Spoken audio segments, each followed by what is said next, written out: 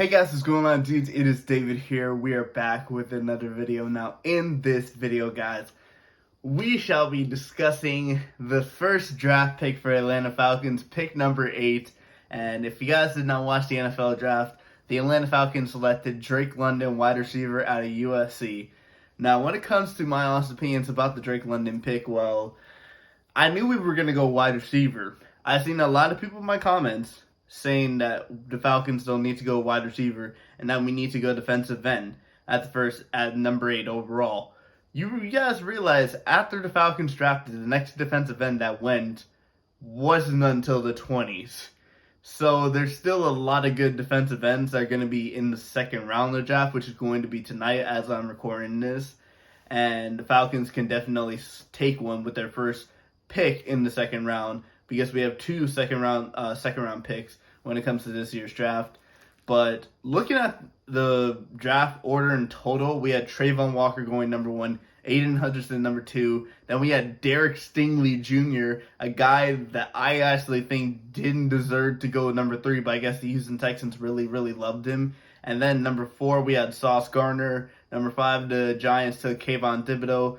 Panthers took Ike Mukwanu and probably going to play him at right tackle. And then the Giants went Evan Neal. And I was saying this because I was live streaming this on Facebook.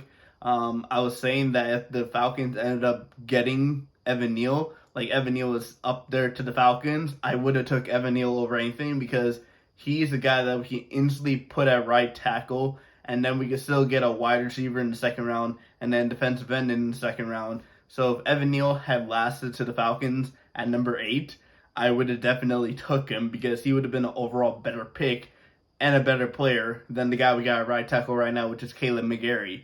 But ultimately, it came down to the number 8 pick, and the Falcons chose wide receiver out of USC, Drake London, 6'5". So what does that mean for the future of the Falcons? Well, now we have a future, possibly number 1 draft pick. Hopefully things turn out well, because now he'll be able to. It's not going to be all about Kyle Pitts now, and people are just not going to double guard Kyle Pitts, because now they're going to have this big body to guard alongside Kyle Pitts, because Kyle Pitts was getting double covered most of the season last season because he was Matt Ryan's number 1 target due to Calvin Ridley missing 11 games of last season. But now that Drake London's going to be there, you have two receivers that one is going to have to be double guarded, one is going to have one-on-one. And if I had to say this, Drake London being 6'5" is going to be a big body for Atlanta Falcons for the future, and it's going to be a big thing for Marcus Mariota. I don't see the Falcons winning a lot of games. When the season schedule does come out, I plan on doing a season predictions for the Atlanta Falcons. I don't see Falcons winning that many games,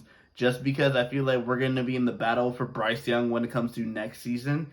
But when it comes to day 2, which is going to be tonight, which is going to be the second and third round for the Atlanta Falcons, defensive end needs to be our first pick of the second round. Safety,